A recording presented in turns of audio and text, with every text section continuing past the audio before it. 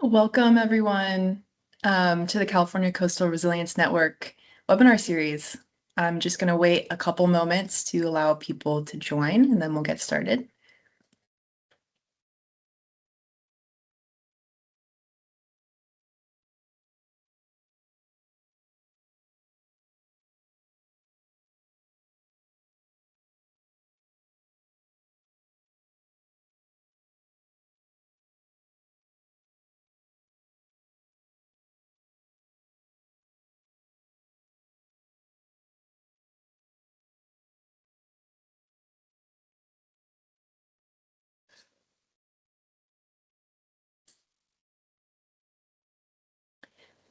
Okay, for the sake of time, let's go ahead and get started.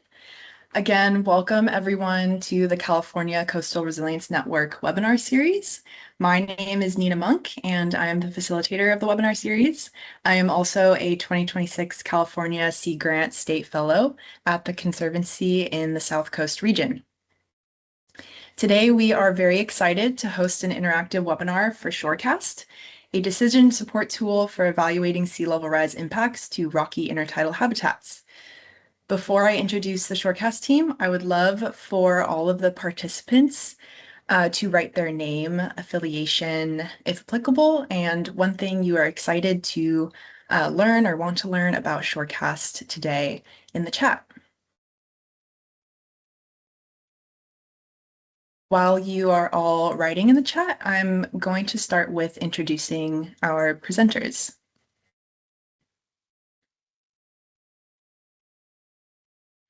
First, we will hear from Peter Ramundi. Peter is a professor of ecology and evolutionary biology at UC Santa Cruz. His research is based on broadly understanding the factors that are important in the development and maintenance of biological communities and marine systems. He uses a combination of field observations of populations and community structure and distributions to develop testable hypotheses that are then tested using short-term field and lab experiments. His current research includes basic and applied ecological problems such as the contribution of oceanographic forcing, propagal dispersal, and post-settlement mechanisms to the development of benthic communities and patterns of social use and population structure of harvested species in the Gulf of California. We will also hear from Monica Moritz.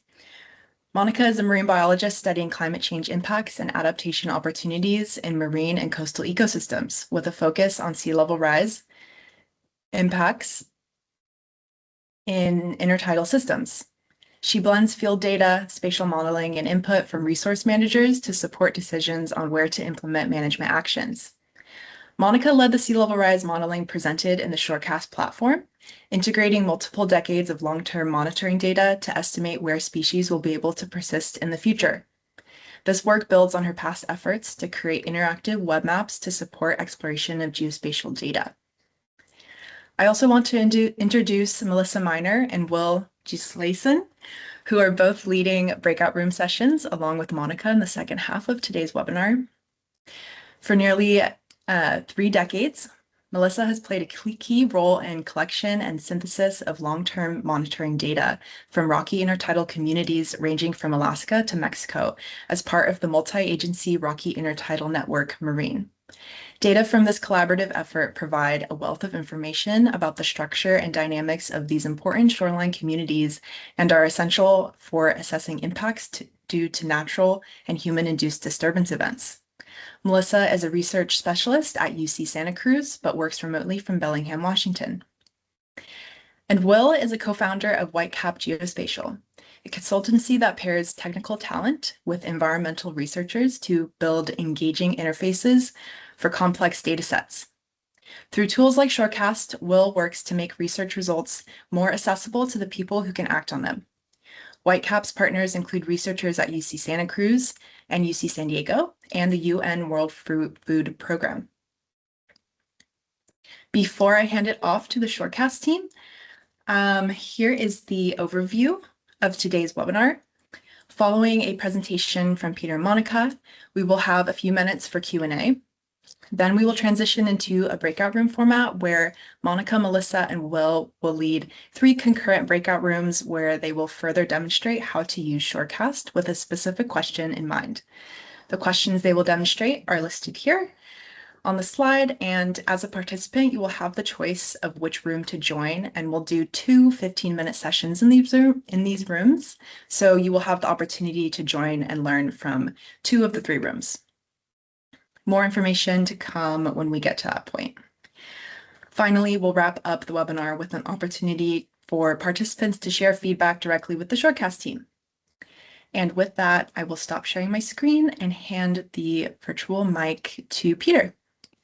Great. Happy to be here. I want to give you all of you a short background into the development of the ShoreCast tool before we get into the full description of it that Monica will provide and then go into breakout rooms. Because it's a remarkable kind of evolution of information and technology. Over the last 15 years, there's been this huge investment of state funding into the development of information related to the planning, development, and assessment of marine reserves under the Marine Life Protection Act. All of you guys have heard of that. In addition, there's been a set of programs that have been focused on understanding natural and anthropogenic sets of drivers that affect marine systems structure, function, and services. With respect to the marine protected area research, my group has led the rocky intertidal research and the assessment of MPA impact on marine communities for rocky intertidal systems, but have also been very linked to all the other marine habitat groups. For example, there are a bunch of habitats that are defined under the MLPA, the Marine Life Protection Act: sandy beach, kelp forest, shallow rocky reefs, deep rocky reefs, etc. And our research and modeling of the drivers of ecosystem change, meaning like with respect to protection, climate change, and sea level rise, have been affected by all of these, and we've modeled all of these systems. One of the key members of the field team that has been doing the work in the intertidal has already been described, Melissa Miner, and she'll lead one of the breakout rooms.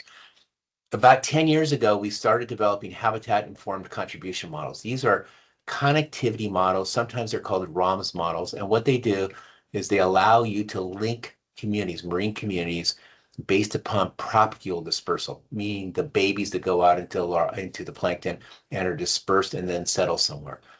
And this is because of the prevailing theory that stability of marine systems should increase with the degrees of connectivity. It's a well-known idea in marine systems because systems are joined by dispersal. And so we created models, these ROMS models or connectivity models, for all the listed MLPA habitats. We're going to focus today on rocky intertidal, but they have been done for other things too, such as kelp forest. We found that MPAs, this is one of the findings from our work, tended to be more connected than non-MPAs, and predicted that this degree of connectedness would stabilize MPAs during environmental stress, for example, heat waves. We embedded the connectivity models with ShoreCast to allow visualization of site-to-site links via propagule dispersal. So you'll be shown these later on. I led this modeling effort, and I will rotate throughout the breakout rooms in case there's questions about these particular things. And we'll be available later on to address any of the ideas behind the models or questions about the models and behind the ShoreCast tools. More recently, we've used the massive geospatial biodiversity database that we've collected, along with a bunch of drone and USGS LiDAR-based point clouds, to develop the first high-resolution spatial map of the rocky intertidal communities along the coast of California, including the Channel Islands. This was a combined effort by our field teams who collected the biological data, and then led by Monica, who was already described, and she'll lead one of the breakout rooms as well. Finally, we realized, and this is a really important thing that we realized, that the integration of all this information could lead to a way to assess priority levels for sites with respect to protection, restoration, and other attributes based upon three key attributes that the state highlights in many of their documents. One is biodiversity. We have huge amounts of biodiversity information. The second is connectivity through the models that I just described. And the third is vulnerability to sea level rise, which we will see a lot of today. We also realized, most importantly, that while we could create each element, we needed to create an interface that could ease exploration and general analysis by users. And we reached out to Will at Whitecap Geospatial to build such an interface. And he will also be leading one of the breakout rooms. And the visualization you'll see will make it much easier than we could have ever done to present this information to you. Finally, I just want to say this would never come about with the initial support of the Coastal Conservancy, who really took a chance on this project and funded the first part of it, and the Ocean Protection Council, which funded the rest of it. And most of the core data came from a large number of other projects funded by BOEM, the Packard Foundation, NOAA, NIMS, Sea Grant, OPC, Ocean Protection Council, the Park Service, National Park Service, TNC. And I especially want to give kind of kudos to USGS, who provided a huge amount of both information and data and support for this. Just a couple caveats. One is this is a rocky intertidal. This is based on rocky intertidal. There is the possibility of doing this for other habits, but what we're showing here is purely rocky intertidal. And it is a general, this is the most important thing. It's a general visualization tool. There's a massive amount of data behind each point. And we've done additional reporting for a number of groups like National Park Service that had specific questions they needed to address and assess. As an example, there might be different types of species you're interested in or different types of modeling projections. The data are all there behind the scenes. And if you have particular needs, you can just let us know what those particular needs are. And now I'll turn it over to Monica. All right, thanks, Pete. I'm going to open up with a little bit of background about the tool and the data that went into it, and then I'm going to launch into a demo. So I will share a presentation.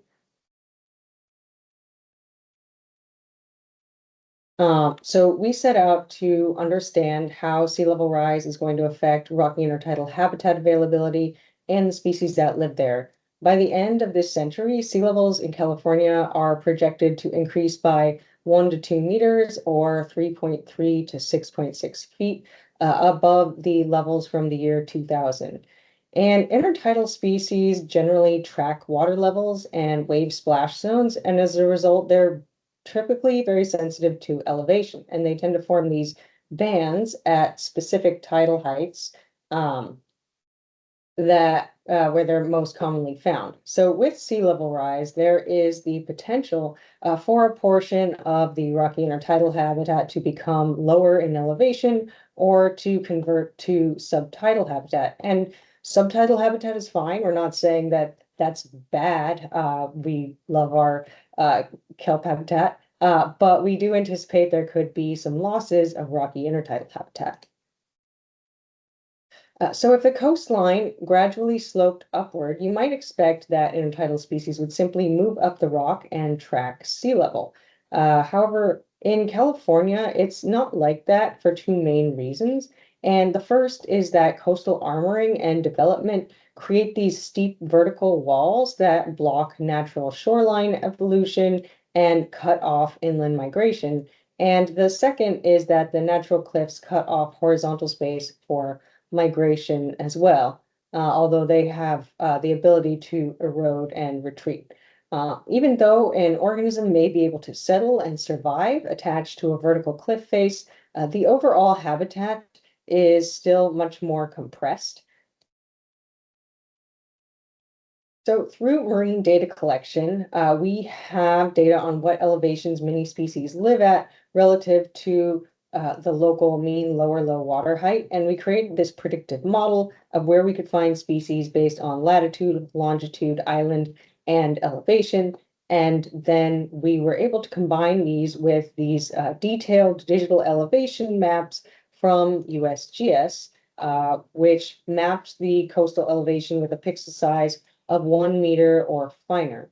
And we also had maps of shoreline type from NOAA, which were broadly classified into rocky beach, hardened, or vegetated shorelines. And we were able to filter out these digital elevation maps to only the rocky shore areas. We did verify the identity of the shoreline type against the satellite imagery to the best of our ability, so that we were able to catch any places where the classification didn't match up with reality and correct that. So we then found the future coastal elevations under sea level rise by lowering the elevation maps by 0 to 2 meters in 10 centimeter increments. And we converted those future elevation maps into probability of finding a species at that elevation based on the marine data. So this probability translated into an average percent cover of a species at a given elevation. And when you aggregate that across many pixels, it allowed us to estimate the species area in a given space. So we did this for 5 common taxa that spanned different intertidal zones, and I'll tell you what they are in a moment. But our rationale for choosing common taxa is that they have a lot of data in a lot of places based on just decades of monitoring. And so it makes for more robust predictions on what elevations they live at. And they can also serve as a proxy for what may happen to less common species where we don't have as much data, but we know they are found in similar elevation zones as these proxy species. So this model of habitat availability does have some limitations. So first, ShoreCast looks at data on horizontal aerial extent, and it doesn't include surface area or all the undulations or slope of rock. But we know that the intertidal is not entirely flat. So even vertical rock faces do have some area for settlement, albeit way less than some of these big sloping platforms. So slope aspect and rugosity of the rock also have strong effects on desiccation stress, sun exposure, and we did not look at these microhabitat effects of what happens when a species is living on a flat versus a sloped surface. So for this reason, and due to the inherent uncertainty of our elevation models, this tool is better for comparing patterns across aggregated sites or coastlines rather than fine scale detail of what's going to happen within any particular point on the map. So the second thing is that the results here are dependent on elevation only, and it does not account for other aspects of how climate change may reshape the coast, such as shoreline position, bluff failure, wave intensity, ocean chemistry, air and water temperatures, or novel species interactions.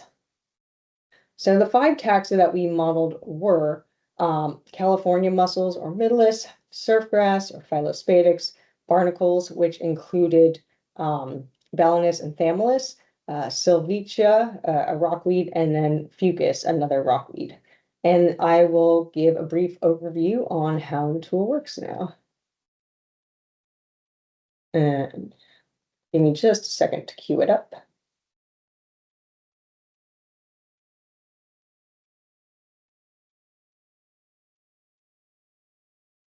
All right.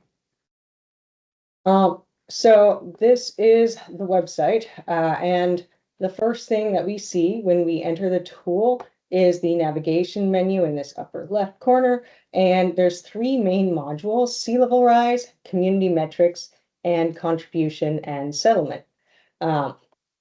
In the lower left corner, there is this drop-down menu above the legend, and it's set to vulnerability, which shows the change in overall rocky intertidal habitat. And these polygons are color-coded.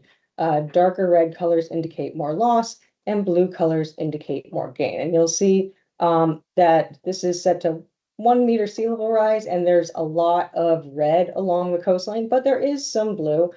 So I just wanted to point out that it's not going to be a uniform response from all places on the coast.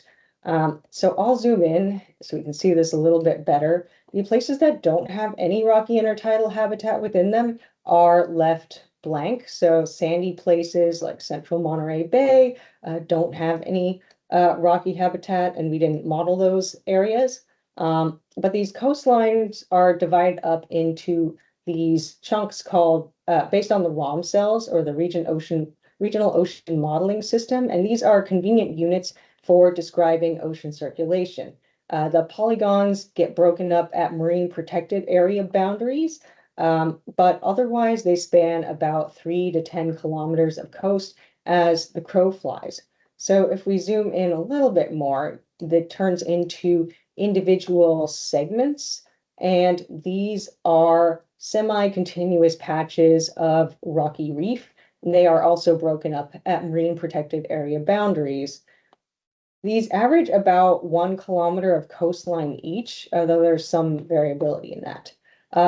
If we hover over the polygons, it will tell us what the percent change in rocky intertidal area is after 1 meter of sea level rise. And if we click on one of these polygons, it'll open up more information on the right. So it shows the name of the polygon, if it has one. It gives it a resilience level, and then it also has this recommended priority level.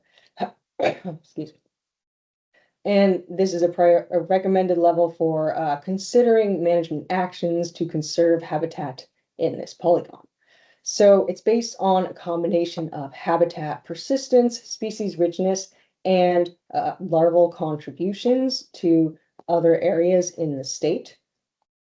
And the fullness of this ring, or how much the individual bars are filled in, shows where it depends on where this polygon falls compared to the rest of the polygons in the state. So it is relative for each of these three measures.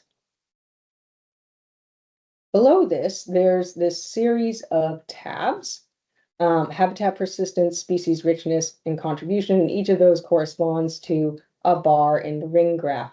And I'll talk about each of them. Under this habitat persistence tab, the first graph shows the relative change in rocky intertidal area and species area for a given amount of sea level rise. For example, if you hover over the bar for rocky intertidal, it'll show you how much the habitat is reduced by or is increased by, if that's the case. And it's based on when sea level changes from the first point on the slider below to the second point on the slider. There's a little bit more information here about where we got these numbers. But you can choose to set the slider anywhere from 0 to 2 meters, and this bottom one moves as well. So if instead of looking at 1 meter, we wanted to look at what happens if sea level rise is 1.2 meters or 3.9 feet, we can drag that slider and then everything adjusts. So now it says rocky intertidal habitat has been reduced by 76%. If you want to see what happens if you don't start from 0, this lower end can be moved. So we could set that to say 1 meter and then drag the top slider all the way up, and it'll look at the change only between these 2 points. So between 1 meter and 2 meters of sea level rise, it shows a relative reduction of 60%. Now, each of these individual species bars also has the calculations as well. And you might be asking, what's our baseline? Our 0 meter mark is based on the year 2000, and this is based on state guidance. If you want to animate this, you can press play and see if there's any particular thresholds where sea level rise really causes a great change in either species area or rocky intertidal area as a whole.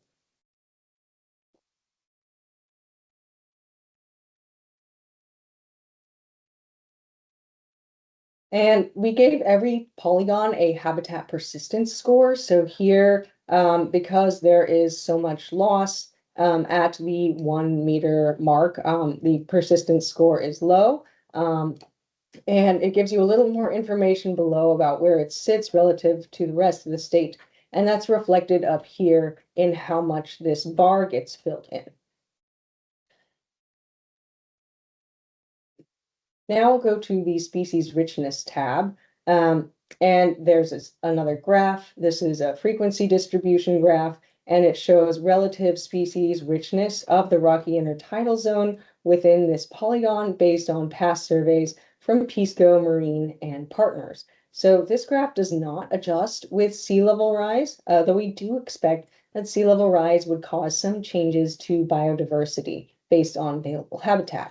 And the score here, so the 29th percentile score, directly feeds into the species richness bar. And then finally, the contribution tab is our third set of graphs, and it shows how connected these cells are to one another based on those oceanographic connectivity patterns that Pete mentioned. These graphs do not currently change with sea level rise as well, though we do anticipate that changes in habitat area could affect the availability of a site to both produce and receive larvae. So future research here at UCSC is going to entail how looking at how sea level rise is going to impact larval transport and production. So in this graph, there is a button to toggle between flows out mode and flows in mode. And flows out shows how good this site is at producing larvae to go to other parts of the coast. And at the bottom, there's a contribution score. Here for this location, it's high based on where it sits. So it's better than 65% of other sites in the state. And as you can see up in this ring graph, that contributions bar is about 65% full. So all three of these metrics then get incorporated into this composite score, and we made this overall number to help make it easier to compare sites and rank their relative priorities to one another, integrating these three measures. If we switch to flows in mode, this shows the relative amount of larvae that the cell receives from other sites that can settle here due to available habitat. And here it shows that this polygon is getting more larval contribution than 89% of other sites in the state. So it's also getting a relatively high amount of larvae from other places, and this influences the resilience score up at the top. So if we want to see how larval reception for this cell compares to those around it, we can change this measure in the legend to resilience, and it will color code them based on that aspect. And the more resilient sites are in blue, the less resilient ones are in yellow. And this reflects larval supply, which will affect how a population can replenish itself after a disturbance or population loss. The viewer also has data on how suitable habitat for individual species changes. So back in this dropdown, you can choose from one of these 5 species, and I will select California mussels for this example. And it brings up this map of change in area suitable for that species based on the remaining available rocky intertidal elevations.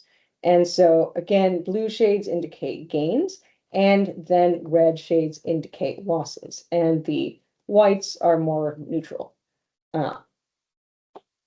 And this slider pops up on the left where you can hit play, and it'll cycle through the different sea level rise amounts and change the colors. You can also pause it and make your set your own levels, like we did it in the habitat persistence graph. To look at a different species, I'll go back here and I'll choose surfgrass, and I'm going to switch to snapshot mode. And this shows the percent of the remaining intertidal habitat that is suitable for that species. And this suitable area is based on current elevation distributions combined with this high resolution digital elevation model that we use for the coastline. And again, the values change as the slider gets moved. I'll zoom in to Santa Barbara here. And if you hover over it at the different points of sea level rise, it will adjust. And then we can zoom in really far and go to the point mode. And these are pixels based on that digital elevation model. They're pretty fine scale, and you can see how habitat availability is expected to change. These large rocky platforms are, after a certain threshold, they pretty quickly disappear, and the remaining area is fairly close to the bluffs. There's a bit of a lag in this depending on your internet connection, but it will load if you give it sufficient time.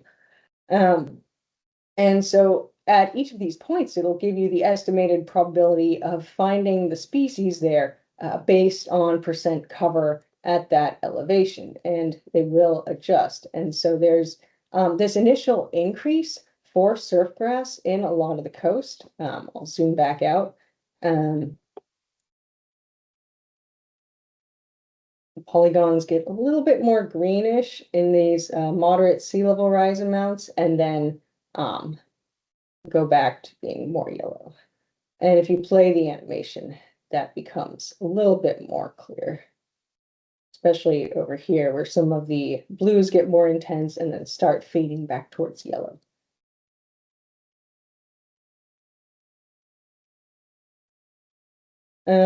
So since this is a model and there is some uncertainty associated with it, these point level visualizations should always be paired with aggregate statistics for understanding what's happening with a stretch of coastline. We don't recommend saying this is what's going to happen at this precise point. And really, it's more when you take all the pixels together that the picture starts to be more complete. So it is also possible to run these metrics for your own custom polygons.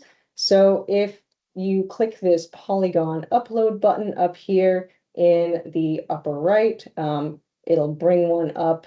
And I have preloaded one here just to save time, but it'll zoom to your polygon and it'll give you all of the same areas or the same statistics that you had before. The ring graph is there. You get a composite score based on how these three metrics are going to do, and you can see where things sit compared to the rest of the state in terms of persistence, species richness, and larval contribution. So I will wrap up the sea level rise module and then go on to the community metrics module. And then just a note, we do recommend keeping your polygons roughly the same size as the ones that we have uploaded here, or that we have preloaded into the tool. You can go bigger than that, but it will take a little bit longer to analyze. But I'll move on now to the community metrics tab. So the data in this portal is based on decades of those rocky intertidal biodiversity surveys through a network of government agencies, universities, and other partners. The monitoring sites are spread across the coastline, and the surveys collect species identity, tidal elevations, and percent cover, among other things. Since we're zoomed in to this point conception area, we can see some circles down here, which is where the survey sites are located. And there's a number of diversity indices and community metrics that are calculated for each of these sites, and the size and color of the bubble are correlated with the index selection. So here it's set to the Shannon Diversity Index. It's a pretty common one for measuring biodiversity. And if you hover over any of the circles, it'll tell you the site name and the value of that index. But there's a lot to choose from. And so you can select some of these other ones and see how things change. And then if you zoom out, it's useful for looking at regional patterns in biodiversity. You can see where these colors are darker and the bubbles are larger compared to where things are smaller, and get a sense of how things stand out across the coastline. This is a fairly compact module. This is the only function, so I'll go on to contribution and settlement. And this is where we can view the data on larval outflow and inflow from the ROM cells.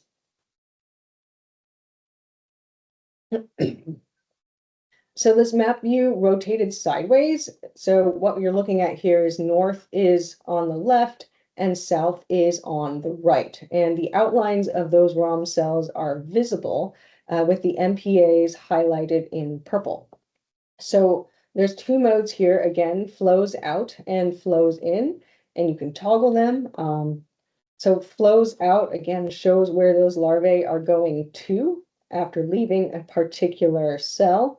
And if you hover over any of these cells, it'll tell you where the strong or moderate contributions are and highlight what cells receive larvae that exit this one.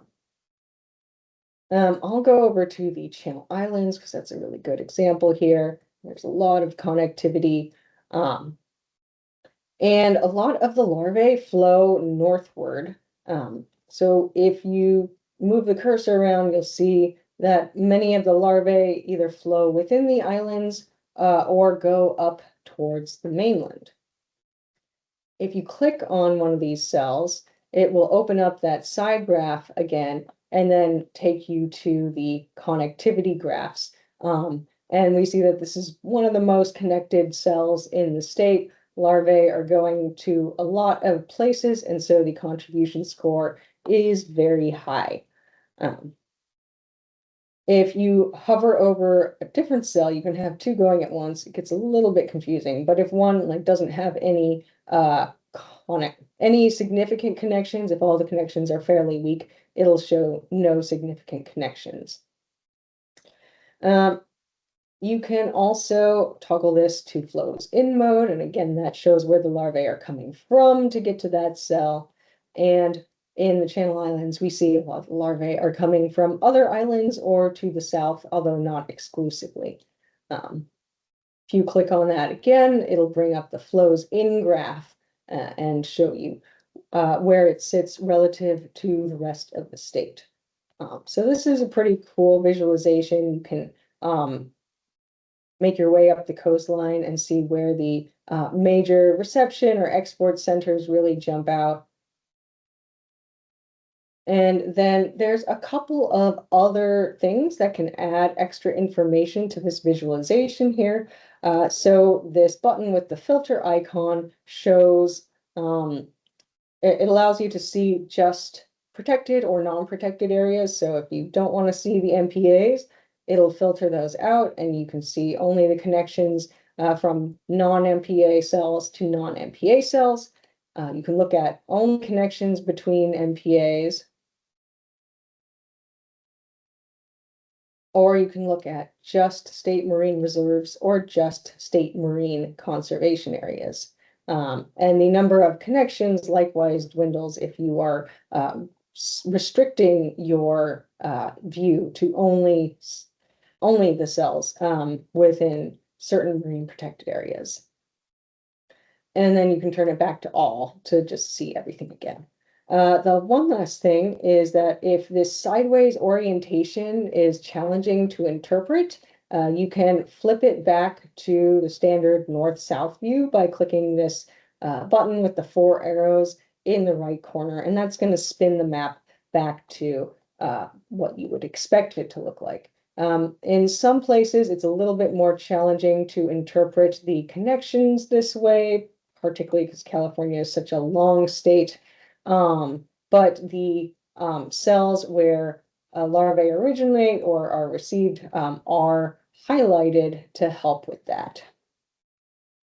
So in the future, we hope to add more areas to the map beyond California. We have some plans to do parts of the Pacific Northwest next, and we would also love to add Baja California at some point, if anybody knows of a good high resolution map of the shoreline down there. So that's the demo. We have some time for question and answer before we go into the breakout groups, where we'll have a chance to look at how this tool can answer some more specific questions and explore this further. So please stick around with us for that.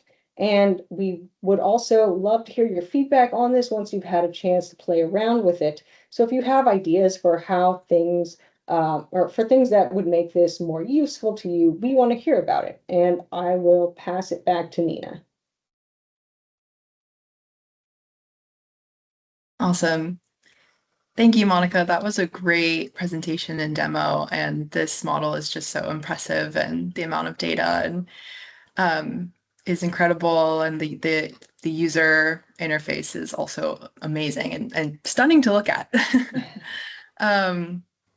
Yeah, so we do have 5 minutes, a little bit less than we had budgeted, but 5 minutes for Q&A. So go ahead and use the Q&A function to submit your questions. We have one already from Jan Roletto.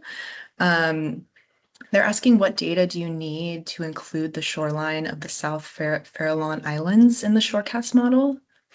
Yeah, so we have the shoreline designations from NOAA. There is a lot of rocky shore there. What we don't have is a detailed digital elevation model to be able to model how sea level rise is going to affect that rocky intertidal habitat. So if you have drone flights or something, some elevation model that's finer than maybe 1.5 meters or 1 meter pixel size, smaller is better. Please let us know. We could include that.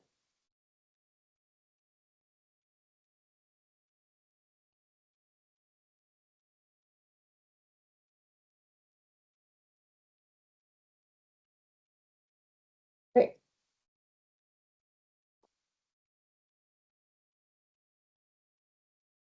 So the question from Lauren is, what models are we using for the climate projections? Is it CMIP 6? And so we are relying on the state guidance, which outlines a number of scenarios going from 0 to 2 meters. And so 2 meters represents the high sea level rise scenario. 1 meter is more in line with the intermediate, and these are projections for 2100. The state actually included a number of models and then outlined several scenarios based on that. And so it is, there's several in there. I can get the link to this state sea level rise guidance because that has all the details on how they did that or how they formed those estimates. But let me give it an additional part to this answer. This is Pete. We specifically did not integrate any model into this. What we instead did is to put actual numbers of meters or number of feet. And so the only way that we incorporated the particular models that you might be alluding to is we went up to 2 meters with the idea that most of the models stayed within that constraint. And then you could use whatever model you wanted and use it and then adjust the sea level rise itself to that model. Yeah, we wanted to be flexible and agnostic to what models actually use, because I know everybody's got their own things that they want to look at. Okay. Joel is asking if the tool has been used to target any adaptation or protection measures. I think that's a good one for Pete.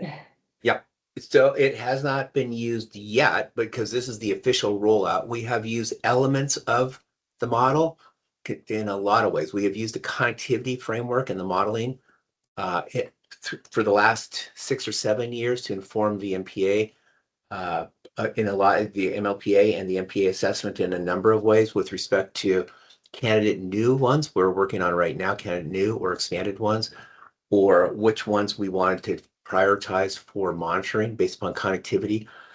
And sea level rise, this is the rollout of it at this point. And so that we expect this to be used heavily. It was funded under the OPC and Coastal Conservancy sea level rise funding opportunities. And so we expect that to be used a lot in the future.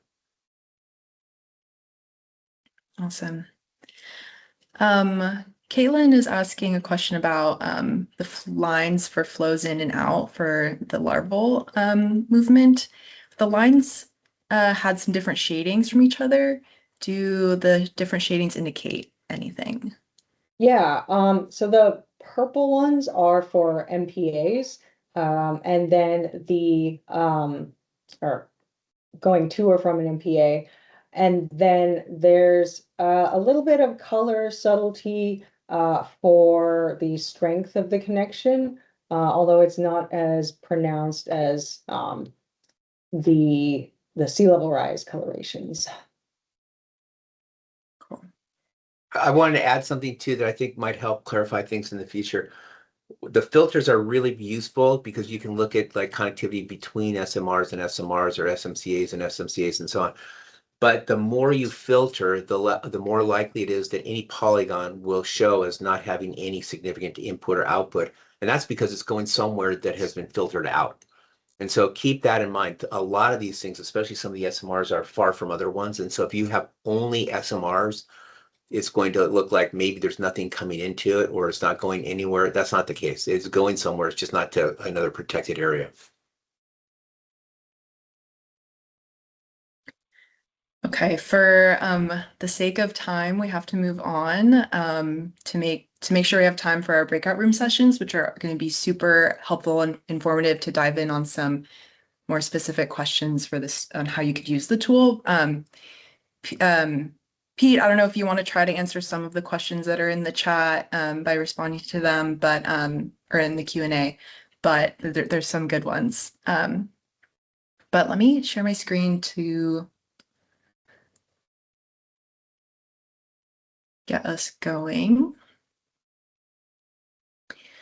So in a few moments, you're going to have the option to join one of 3 breakout rooms.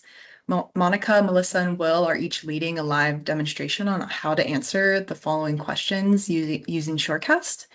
So if you're interested in estimating sea level rise impacts on habitat between different time points, join room 1 with Monica. If you would like to see sea level rise impacts on intertidal species, join room 2 with Melissa. And if you would like to know how to upload your own polygon to compare across sites, join room 3 with Will. We'll do 2 15-minute sessions in these rooms. So you will choose one now. After 15 minutes, I will pull us back into the main room, and then you will have a chance to join another room for the second session. And if there's not, are there any questions about the rooms? Okay, I'm going to go ahead and make the rooms available, and you will choose which one you would like to join.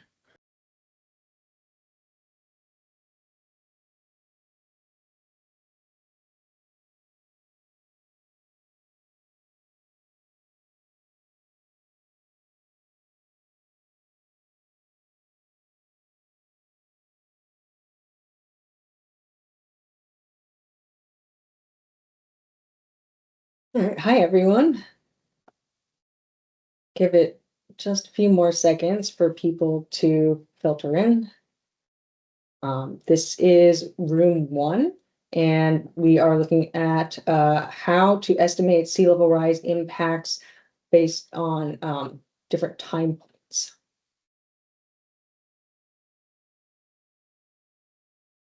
All right, I'll get going. So, just a second. So many of you are working with sea level rise projections attached to specific years, and this tool doesn't specify whether a particular amount of sea level rise is going to occur in any given year. And so it can accommodate a range of different climate scenarios and timeframes. And effectively, what you want to do is match your year to a sea level rise amount, and then set the tool accordingly. So in this session, I'm going to walk through a few time-based scenarios and how you can link the sea level rise tool to your desired time horizon. And so we're agnostic to what climate scenario you use. We've been going off the states table because that was really important to Ocean Protection Council. But this is one example of sea level rise scenarios, and the red scenarios are ones that the state had recommended that we evaluate. And we can pick the intermediate high scenario, which is the second column from the right, with all the feet in black and meters in blue. And I'll pick 2050 as our year to evaluate. So sea level rise for this scenario in 2050 is estimated to be 1 foot or 0.3 meters. And then we can take this value and then go into ShoreCast and set our polygons and set our sea level rise amount. So I'm going to go to Cabrillo State Marine Reserve as an example. and then set this to 1 foot or 0.3 meters. And you can adjust the slider. And you can see how the bars will adjust. So we can say this is what it's going to be in 2050 based on the scenario we're using. And we see a very slight increase in rocky intertidal habitat relative to the year 2000. And then the individual species have changed. Some are doing better. So seagrass has increased while mussels have decreased. We also see that northern rockweed here is 0% change, and that's because northern rockweed or fucus doesn't live here. And so there's going to be no change because it still doesn't live there in the future. We did not model range changes. And the current range for fucus stops at the point conception area. So I also want to point out the scale of this graph, since it's not entirely linear, and instead it's based on a fold change or fraction of habitat remaining. So this midline is at the 1 times or 1x original habitat, and numbers above the midline show double or triple, quadruple the amount of habitat, whereas numbers below the midline show 1/2, 1/3, 1/4. And this just helps to keep everything on a similar scale, because the actual amount of habitat in any particular polygon can vary widely. So if we want to see what happens in the year 2080, I will return to that table and look up that sea level rise amount. And forgive me for bouncing back and forth so much. But if we go back to the table and look at 2080, it shows us that the sea level rise for this scenario is 3 meters or 0.9 feet. And since we're already approaching the year 2030, maybe you don't want to be using the year 2000 as your baseline. Maybe you want 2030 as baseline, since that is closer to today and probably more relevant for some people. So we see that sea level rise from the scenario is 0.4 feet or 0.1 meters. So we can use that as our starting point, going from 0.1 meters up to 0.9 meters. And then I'm going to bounce back to ShoreCast again.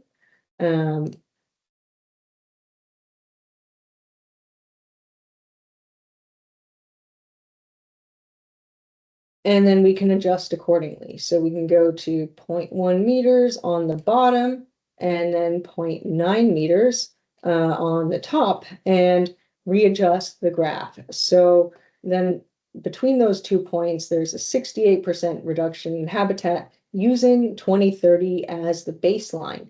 And then things have turned around for some of these individual species as well. Everything is negative that still lives here, and then fucus, which doesn't live here, is still 0% change.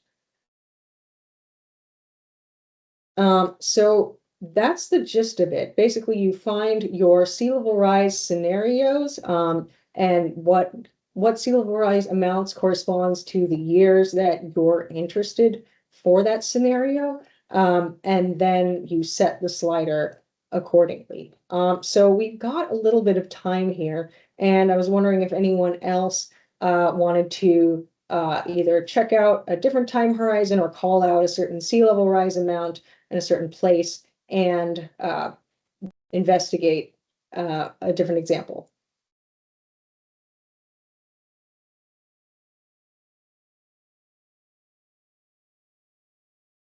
Did we look at like North County, San Diego, so just up the coast a bit, where they're it's sort of characterized by sandy bluffs. Yeah, kind of the Cardiff area. Yeah, Cardiff or Swami's. Okay. Yeah, so there's a handful of rocky patches up here. There's Swami's SMCA. There's a couple of them. So this is Swami's North. And then, yeah, sea level rise between 0.1 meters and 0.9 meters is reducing habitat by 68%. So this may have already been covered, and I'm sorry if I missed No, it. please ask. So does this include any sort of evolution of the bluffs in No, it does converting not. into rocky intertidal habitat? So this is just looking at the habitat, assuming that there's no sort of Right. upslope migration. Yeah, so the like modeling bluff evolution is really computationally heavy endeavor, and USGS is doing some of that work right now with the next iteration of Cosmos models. But basically, it requires them to use a supercomputer, and so we didn't include bluff evolution in this, and we also didn't look at whether sandy beaches, if they're exposed to enough wave action, it could expose bedrock underneath and be future rocky intertidal habitat, or where that sand might go, or if erosion of a cliff provides enough sediment to turn the thing into a beach. Those are all open questions. And so right now we're looking at this, assuming there's a static shoreline, and I think that is one of the large limitations. So thank you for explaining that again. So if you were looking at this site and seeing, oh no, we're losing, we're gonna lose the Sorry. I'm trying to get to the point view. rocky intertidal habitat here. Like, how would you, for instance, use this tool to identify like where are the places where we could be looking at like restoring this habitat, or like adapting? What are the adaptation measures that we could take in this place to mitigate the losses from sea level rise? Yeah, I would say that ensuring that this higher elevation area, these places where there is suitable habitat that's newly present, what would be today super tidal, ensuring that those are still available in the future, and so they don't get hardened or developed. And I think that's probably the biggest thing. And then areas that are low-lying but cut off by some sort of barrier, say a coastal road or a seawall or something. If there's two low-lying areas that are near one another and would be connected if not for that barrier in the middle, that would also be a way for future rocky intertidal habitat to be created through removal of the barrier. Thank you.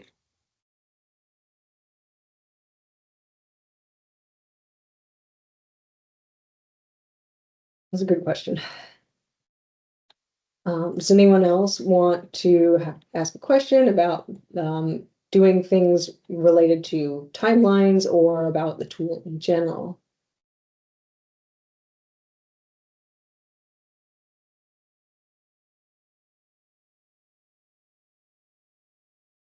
No? Okay. Does anybody else want to see Karen, you're checking in on us. Does anyone else want to see a particular location or a particular species? Yes, Jen. Jen, can you see? I think you're able to come off mute. Or chat. I hear you now. Oh, you can. Okay, great. Yeah. I was like, oh, I'll just put it in the chat. Yeah, if you could go up to either Fitzgerald Marine Reserve or Duxbury Reef. Yeah. Those are two kind of complicated with areas with cliffs. This. Tara, Go further north. okay. There. It's on the other, oh, you're going to Fitzgerald Marine Reserve. Yeah, go a All little right, bit I'll further go. south. Okay, I'll Okay. go to. Oh, is it like right in here? Both of those have various types of MPAs. Okay. Yeah. Yeah, so there, this is Devil's Slide, which is in the vicinity.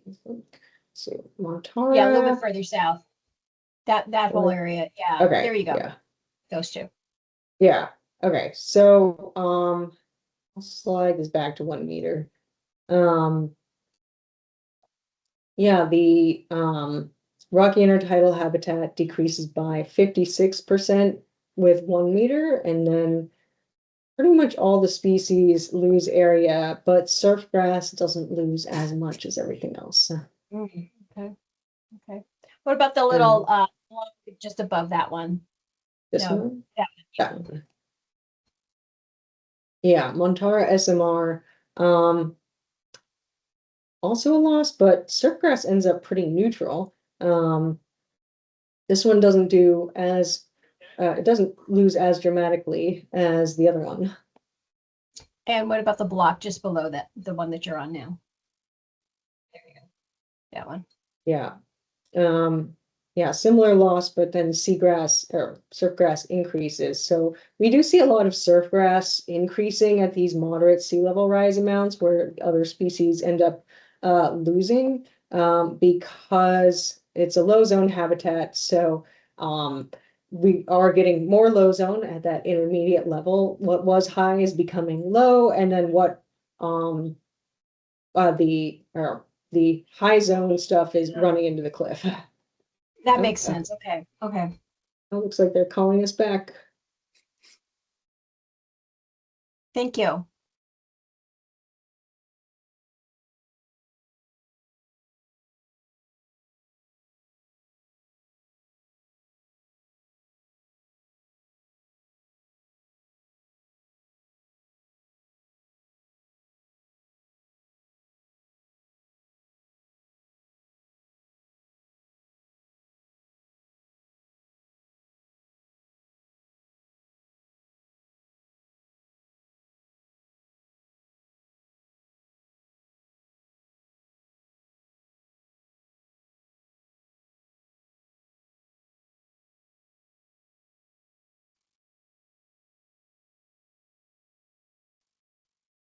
Hi, everyone. It looks like people have had a chance to get into a breakout room. Thanks for choosing breakout room number 2. I'm Melissa, and I'm going to be sharing kind of a review of what Monica went over, but in a little bit more detail and with some time for questions. We'll be talking about how sea level rise is predicted to change the availability of rocky intertidal habitat relative to current levels, and how this will affect the distribution and abundance of key species. So I just want to make sure everyone can see my screen. Maybe give me a thumbs up or let me know if you can't. Okay, perfect. So this is what the welcome page looks like. And if you click explore, it'll take you into the page that Monica was sharing. And we are going to, because we're looking at species, we'll go down to this lower left panel, and we're going to change this vulnerability to one of the species coverages. And we'll start with golden rockweed, which for those of you who know the Latin name, this is Sylvatica. And I'm looking at my big screen over here, so that's why I'm looking off to the right. So we've got this selected on Sylvatica. The legend colors, as Monica said earlier, indicate relative change in habitat. So relative to everything I'm going to show today is relative to current levels.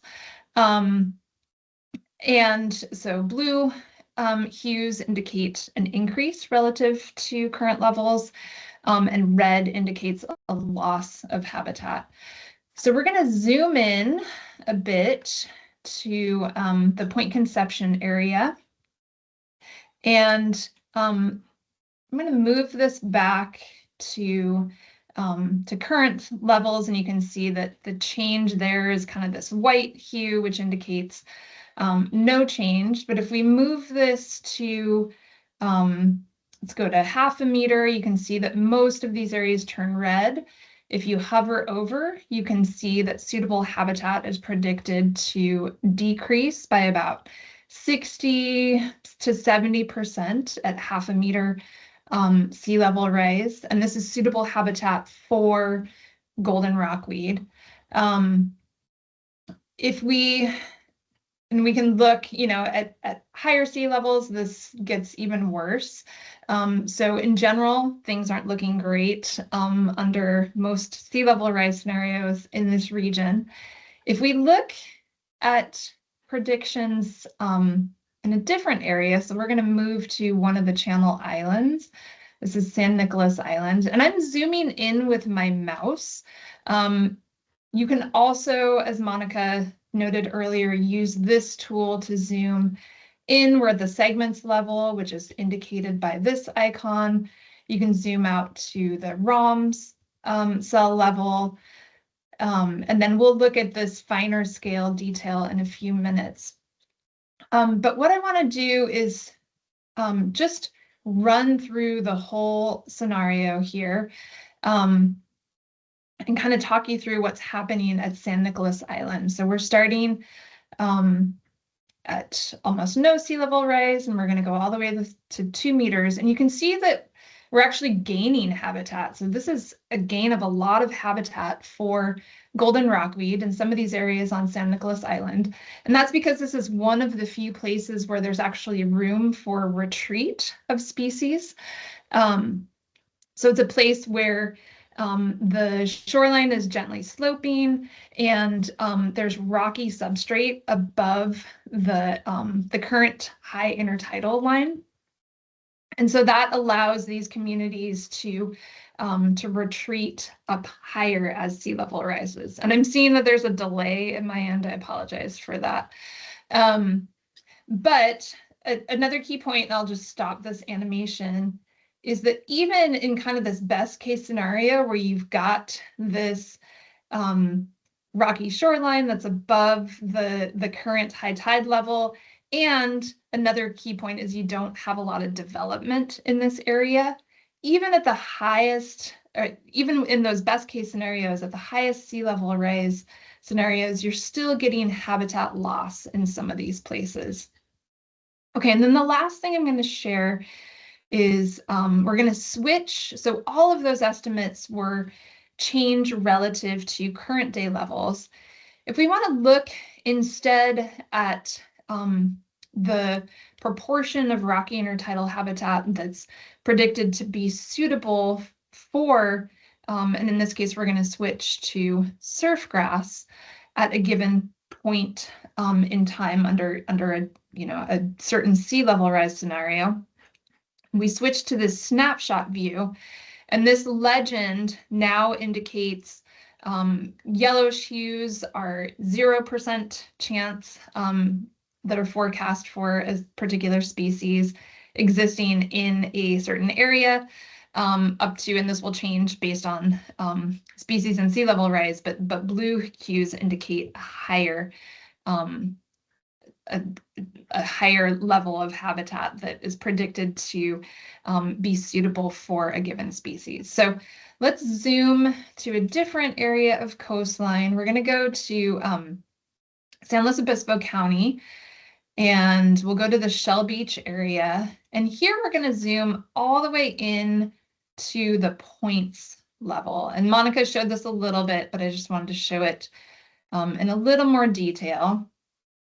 So again, it's hard to see the points. We can see them a little bit better as the animation plays, but this gives very fine scale estimates that are again modeled. So they're just estimates of the probability that surf grass will inhabit a given location under a given sea level rise. So if we play this through, you can see that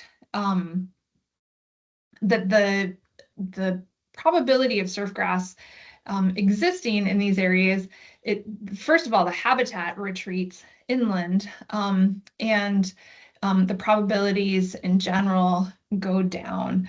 And so this is an example of a place on the California coast where there's both high bluffs or steep bluffs that abut the rocky intertidal habitat, and there's also a lot of development. So there's just nowhere for the species to go. And let's just look at like 1 meter sea level rise scenario, you can look at these individual points and see how things, how they vary over space. If we zoom out to the segments level, this integrates those individual points over the entire segment.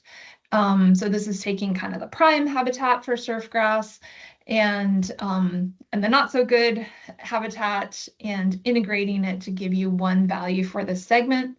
You can do the same thing for the ROM scale level. And this is kind of interesting to play this through and see how things change at this broader scale. So in some cases, we actually see increased probability of having surf grass in some areas.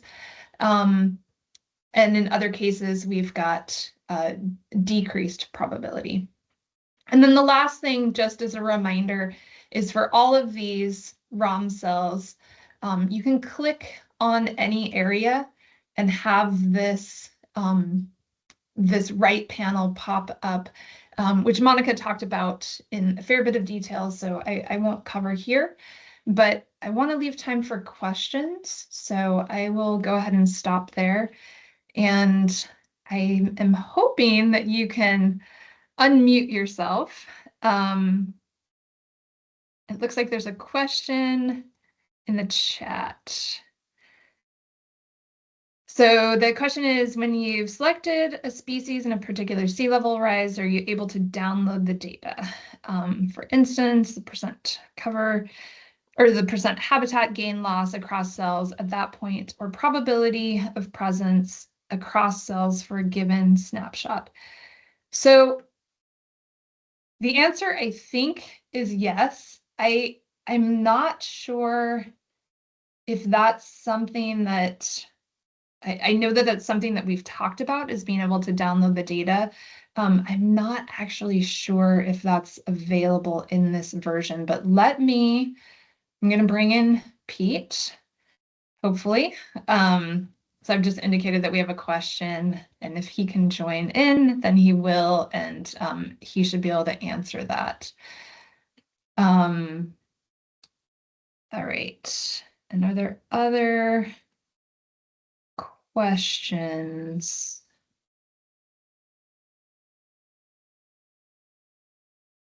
Right, I'm not seeing other questions.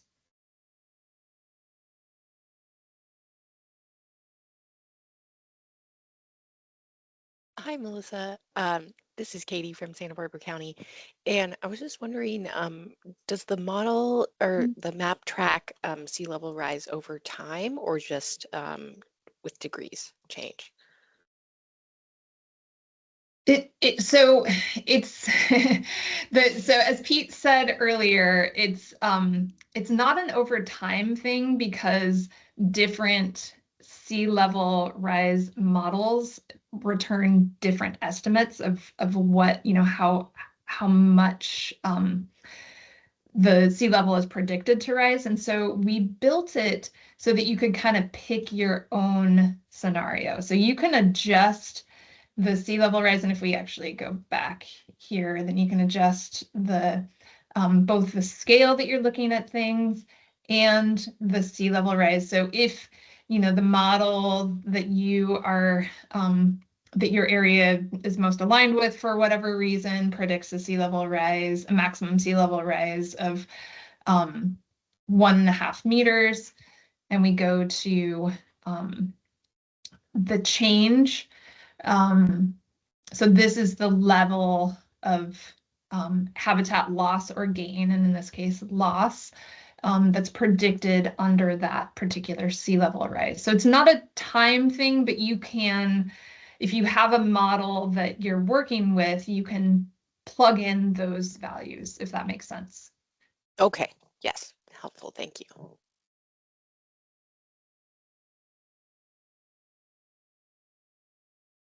And unfortunately, it looks like Pete is, he must be in another breakout session, but we can definitely, if you send an email to our group, we can definitely get that answered for you about downloading data.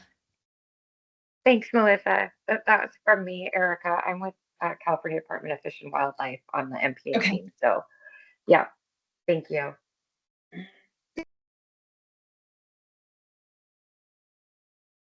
Hi, Melissa. My name's Olivia. I'm at the Coastal Conservancy. I'm wondering how you all decided or what group advised on choosing those 5 species. I'm just curious how those got raised to the top and what was the decision making, or like if there was an advisory group who helped decide that those 5 would help be indicators, or are they indicators?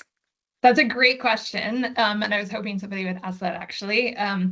So these species were chosen both because they are kind of key foundation species in the rocky intertidal habitat. So mussels, for example, form habitat for lots of other things, same for surfgrass and rockweeds, and barnacles in the high zone. They are also the 5 species that are most abundant on a broad scale that we could get good data, good tidal elevation data for them. Monica mentioned this, but it's sort of a, it may have been missed because she was presenting a lot of information, but there are other species that overlap with these in terms of their tidal height range. So we can use this these as sort of a proxy for other species, if that makes sense. But these were the 5 that we actually had enough data to generate good models on. So.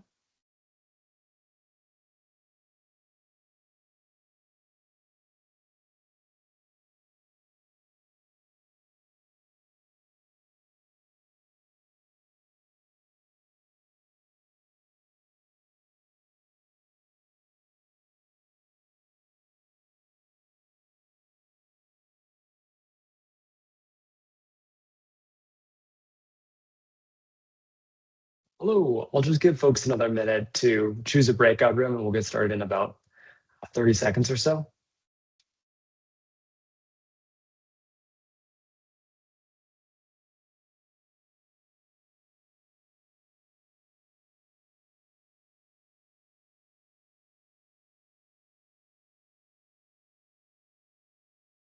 Okay, let's dive in.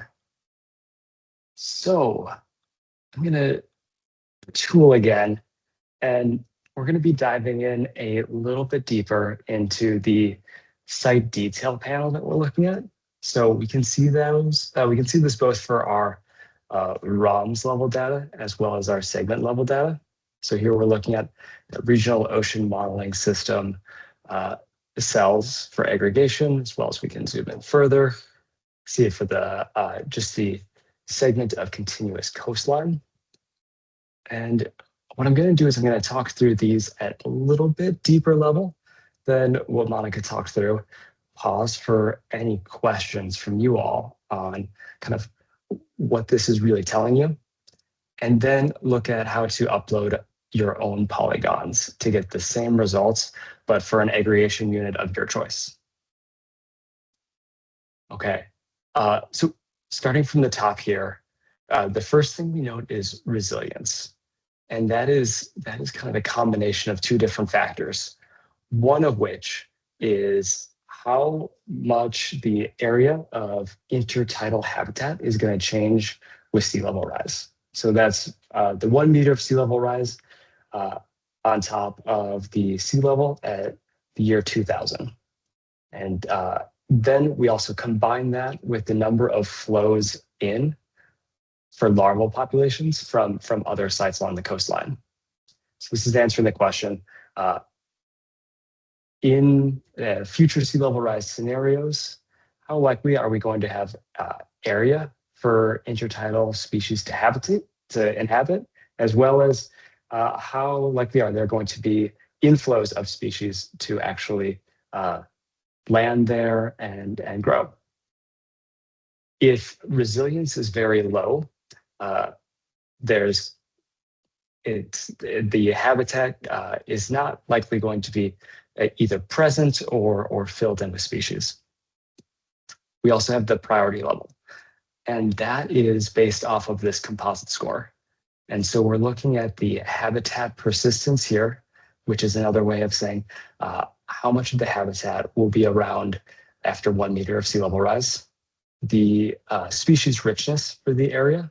This is based off of a model of the coastline, looking at all of the sites that Pete's team looked at in high detail of what species are present and where, and the characteristics of those coastline sites, and then applying this specific site into that model, the position in latitude, longitude, the elevation, different characteristics of the coastline, and getting the best guess at, or the best estimate of species richness for this specific site. And then we have the contributions. Specifically, we're looking at the contributions out. So this is how important is this site to the rest of the coastline's intertidal species. The combination, equally weighted, is this composite score, and that directly leads to the recommended priority level. Then we have the habitat persistence broken out here, where we're looking at the total rocky intertidal suitable habitat, and then broken out by species. Here's a good example where you can kind of see, oftentimes at 1 meter or lower, seagrass is actually expected to increase, so the habitat for seagrass is expected to increase. And then other species might be not doing so well by 1 meter of sea level rise. But that is, it varies across the coastline and the Channel Islands, especially. You see different patterns emerge. So it's useful to look really at the specific site to see how that specific coastline and the elevation along that coastline is going to fare with sea level rise. Then we have the species richness distribution and where we sit along there, as well as the contributions, as you saw before. The contributions out, once again, are what lead into the priority level, and the flows in. This is more for your information of how strong the various flows in, and that leads to our resilience. Okay. Now, before I dive into uploading our own polygons, any questions on kind of that site detail panel and the metrics we're showing within there? Yeah, so I'm on the tool myself, and for some reason when I click on a polygon, I'm not seeing where to access the findings summary that you just had. I guess from the beginning, where do you access that? Oh yeah, let's see. So I'm going to share my screen again. And so when we have these polygons up, we can click on the polygon, and that should open the site detail panel. Oh, Is that click not opening this panel for you? it's not. Shoot. If you want, I could share my screen so that you know what I'm looking at. Sure, yeah, let's check it out.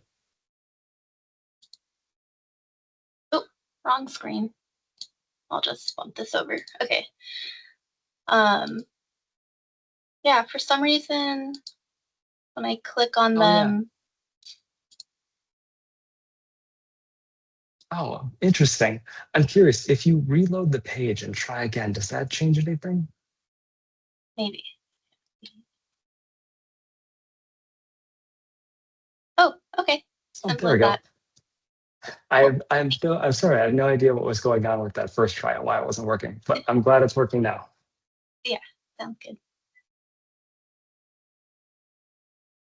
Okay, let's see. Alana and Mike. Hey, Mike, any questions on those metrics? No. Okay. Sounds good. I'm going to share my screen again and we can show this upload. So the sites that you're looking at here have all been defined by Peter Mondi's team as kind of useful aggregation markers.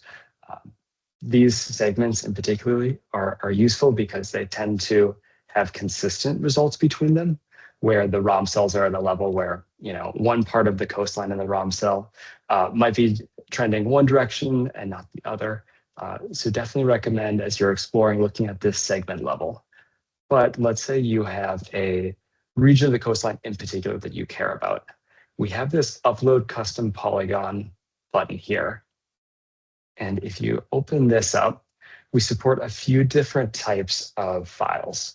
So what we're looking for is basically a way for you to represent your unit of coastline using common geospatial formats. So we have geo packages, GeoJSON support, and shape files if you've put them into a compressed zip file. And so I have one from the LA area here that I'll upload. This is just a GeoJSON file. And when we click run analysis, what we do is we immediately put the polygon on the map so you can make sure you're oriented in the right space. Then what we do is we run all the aggregations against against our data in the cloud. And so that is basically running the same analysis that went into the site detail panel you saw for the predefined areas of coastline and preparing it for the area of coastline that you've uploaded. And so this does take a minute, and it is based on somewhat of your internet speed, somewhat of the size of the unit of coastline that you upload. And then we also support if you have a number of polygons in your upload. I think we can do up to 10 at a time, and they'll load in at the same time alongside each other. And so that's a nice way if you have, let's say, a collection of sites you want to compare. If you put them into one geo package and upload them, you can see them side by side. Okay, so here we are at the Palos Verdes Peninsula outside of LA. And you can see in this area, we have high resilience with habitat persistent about normal. So slight decline at the 1 meter. Species richness a little below average, but really high contributions out. And so that's driving the score to a moderate priority level. We see the same graph down here where you can see the actual change at a broken out level. I should clarify, I think we were looking at, I had it set to a little higher before. At 1 meter sea level rise, there's about the same amount of intertidal habitat, with seagrass doing really well at that new span of intertidal zone, and the other species not doing it as well, or it not being as suitable for those species. And then you'll also see up here, we have some summaries, the intertidal area that we're looking at, as well as the ability to download these results. One is a geo package, a GeoJSON. You can download it as just a CSV. You can put into any like Google Sheets or similar tool that you want. And then we have this download column metadata as well. So this is a CSV that breaks down all of your what all of the properties are in those in that download. So when you get in and you're looking at the raw data, this is kind of your key to see exactly what that raw data represents. And then the last thing you can do is you can save this for a future reference. So let's say I knew I wanted to check this out in a couple of days, but I didn't want to re-upload it and wait for that to run through. You can save it here. You can reload the site a few days later. And you have your results ready to go and check out. You can save a number of polygons and compare that way. We do include some limits on the size of polygons. I believe that it's around 100 square kilometers. We say this is going to be too large of processing for your browser. And if you do have a need to do a larger region where you want to aggregate the results across, you can reach out to Pete's team and they can help you out with that. This browser tool just probably isn't the best suited for your needs at that point. Okay. Okay, let's see. Questions on this tool for running these aggregations on your own polygons, or if you have any just general questions on the tool, I'm also happy to help with those. This is great. Yeah, it's a very, very amazing tool. Oh, thanks. I really hope it's useful. Yeah. It was fun to get to work with Pete and to kind of like explore his data and see what Monica was finding within the data and figure out ways to visualize it. And I know that they're really hungry for feedback on ways to make it more useful. So as you're playing around with it, you think of like, oh, an open question that I can't answer. How do I get access to this? They're very hungry for those kind of thoughts.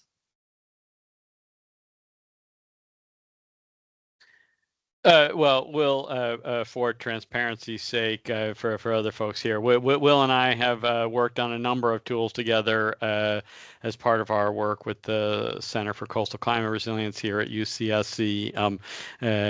So I'm always interested in looking at tools and different sorts of features and that sort of thing. We work a lot. We also work on coastal issues, flooding, and the benefits of nature for reducing flood risk, adaptation options, and the like. And as Will knows, I'm always kind of on the fence between more complex tools, which have more functions, more abilities, more opportunities to access information, and simpler tools, which you just land on. You click a few things, gives you probably a great deal of information, but is then very limited in what it provides beyond that. And this is a bit more on the more complex side. And so then I'm interested in hearing users as well, so that I understand. And I think everyone is back in the main room now. I hope you enjoyed the breakout room session format. Yeah, and just thank you for your participation in the breakout rooms. And thank you, Monica, Melissa, and Will for leading them. And we really wanted to highlight key ways that end users like you all could use the tool in your work.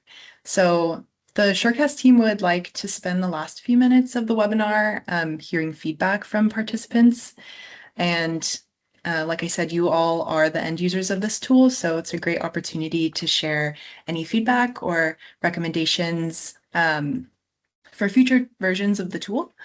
The team has also developed a form to submit final thoughts or submit any thoughts and feedback if you prefer to share that way. So I will drop that in the chat.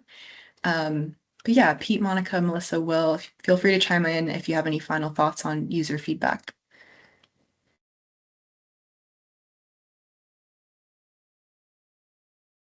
Go for it, Melissa. So I just wanted to ask this question of Pete or Monica, since it was asked in my room and I couldn't answer it, because I think it's important maybe for a lot of people. But the question was, are you able to download data from specific locations and sea level rise scenarios? And I think you can, or that will be a feature in the future if it's not right now, but I wasn't sure how to answer it. I guess one response would be, what sort of data? So I can think of a few. So you could think of the sea level information itself, like as at a given location under sea level rise, there's going to be a change in the habitat available, so that's one component of it.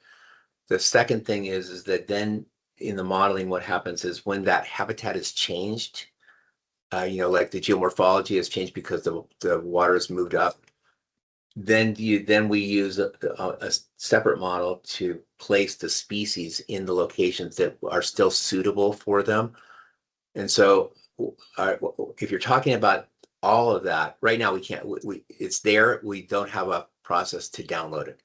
It would be something, this is one of the reasons why we really want you guys to produce comments or suggestions for things to do in the future, is that if that's an important thing to be able to download data in CSV files or something that that would be more tailored to specific locations, or that you just want the data themselves.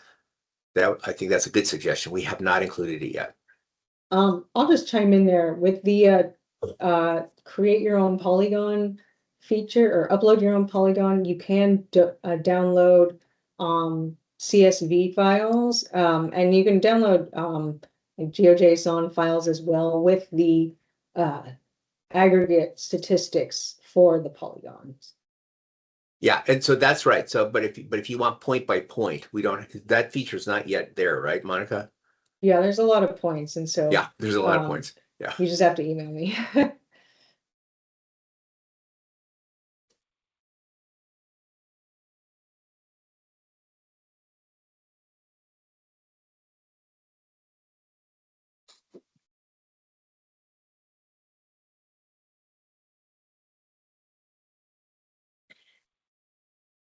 I just put my email in the chat if people have further questions or want data from a particular spot.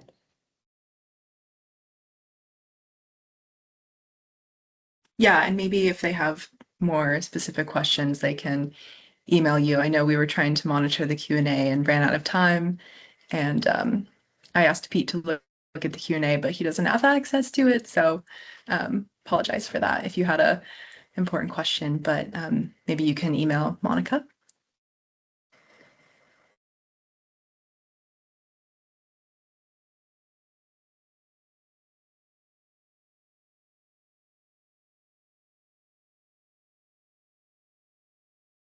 There's a question in the chat. How was larval movement modeled? Did you just use the currents? Yeah, so the way that larval movement was modeled was we have what's called a ROMS model, and that is for particular periods of time. So usually we solve them annually, and they have different PLDs, which is planktonic larval duration. And it was another question came up that I answered, which is, what was used in the modeling of the arcs that we showed, like the connectivity that we showed on there. That was all used using the most common larval duration for the species that we have, or the species in the intertidal for that matter, which is about 45 days. But we have solutions for 2 days, 5 days, 10 days, 15 days, 30 days, 45, 60, 90, 120, and 150 and 180, which represents all the species from kelp to lobsters. We didn't put them all in there. They're huge models, but we have all of that's what I said. There's a lot of information behind the interface that you're seeing. And so if there's particular questions that you're interested in, they're there. It's just that they're not in the display. And it is based upon ROMS, which is it's a combination of wind forcing, currents, and a few other factors that move the water around.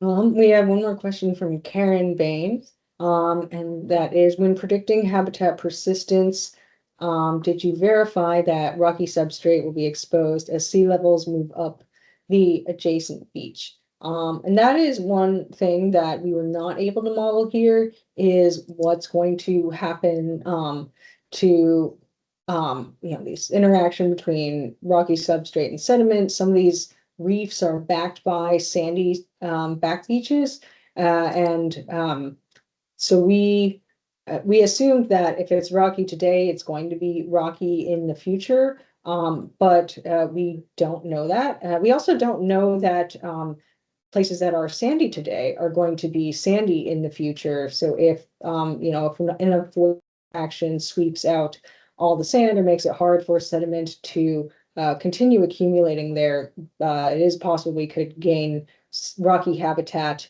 in those places while losing rocky substrate in others.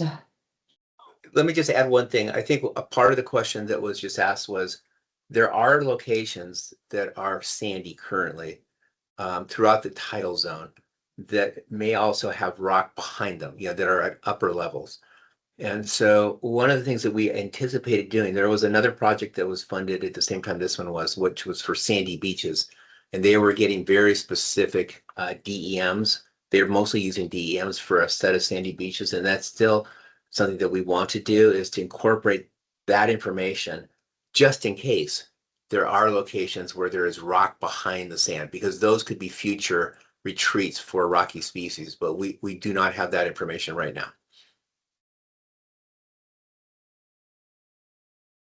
Thank you.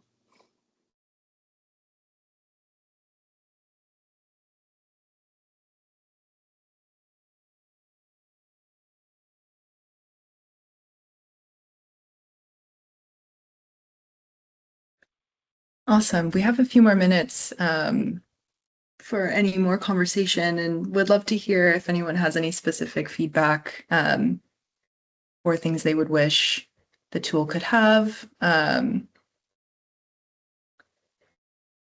But we also have the survey, feedback survey that you can submit feedback to.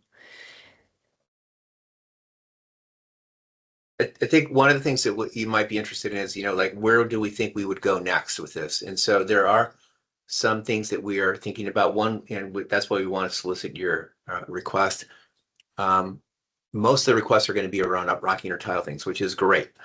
But the other thing that we are planning to do, because there's other habitats that could be affected by sea level rise. So as an example, sandy beach. Sandy beach is one. Those are hard to predict, and other than if there's sand behind it, because they're so dynamic anyway. But another one that's, I think, critically important, and that probably has the data available to it, at least in some form, would be estuaries. And so those would also be suitable for modeling for inclusion in this. And also, I think more in lots of ways, as equally important, the connectivity among estuaries is largely unknown, but we think that we can also solve for those connectivity patterns among estuaries using additional information that comes from tidal prisms that would get propagules into the water column so that they can move around in the currents themselves, because there has to be connectivity among marshes. We don't know exactly what that is, but we think we can model it. Megan was asking if the tool can roll up to some statewide metrics of habitat loss from sea level rise, if they have. That should be easy to implement. Yeah. Yes, I mean, we're doing that statewide and regional aggregation for OPC, and so those numbers are being produced. Awesome. I'll make sure that the team gets all of the questions that we missed from the Q&A and can send answers in a follow-up email as well. Great.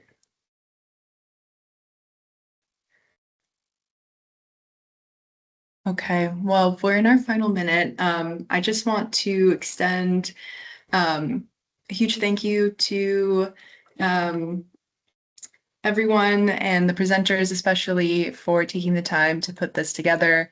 And thank you to all the participants who came and participated and taking time out of your day to join.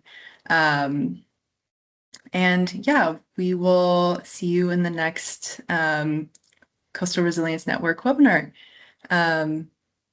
which is not yet planned. But thank you all for coming. Thank you. Yeah. Thank you, Pete and team. You bet.